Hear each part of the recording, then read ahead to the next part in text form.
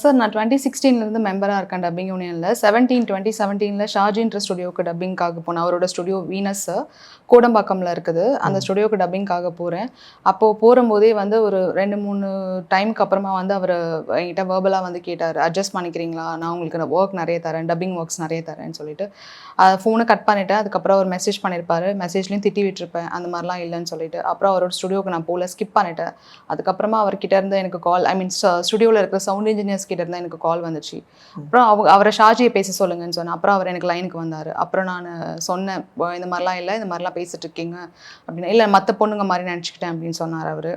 அப்புறம் நான் வந்து இல்லை, எனக்கு வேணாம், எனக்கு செட் ஆகாது, இந்த மாதிரி நீங்கள் வந்து அட்ஜஸ்ட் பண்ணிக்கலாம், அதெல்லாம் முடியாதுன்னு சொன்னேன். இல்லை, ஒர்க் நிறைய இருக்குது அப்படின்னு சொல்லிட்டு இருந்தேன். நான் 3 லாங்குவேஜ் பேசிட்டு இருந்தேன், தமிழ், தெலுங்கு, இங்கிலீஷு. சரி, இனிமேல் இந்த மாதிரி பண்ண மாட்டேன், சாரி அப்படின்னு சொல்லிட்டு அப்பாலஜைஸ் பண்ணார். சரி, ஓகே, தெரிஞ்சிருப்பாரு அப்படின்ற ஒரு நம்பிக்கை வந்து ஃபர்தராக அவரோட ஸ்டுடியோவுக்கு கண்டினியூ பண்ணேன். ஆனால் அதுக்கப்புறமா எந்த இதுவும் இந்த மாதிரிலாம் பண்ணல. ஒரு 2 இயர்ஸ்க்கு அப்புறமா தான் ஒரு ஸ்டுடியோவுக்கு வந்து அவரோட ஸ்டுடியோவுக்கு டப்பிங்க்கு போனேன். ஆக்சுவலி அவர் sound engineer plus dubbing artist. So மேலே கை வச்சு டார்லிங் கூப்பிட்டு டப் சூட்குள்ளே உள்ள வந்துட்டார் ஏர்லி மார்னிங் 7 மணிக்கு. சரி, ஓகே, எதுவும் பண்ண முடியாது, பிகாஸ் யாருமே இல்லை அப்படின்னு சொல்லிட்டு பயத்தில் வந்து கீழே ஓடி வந்துட்டேன்.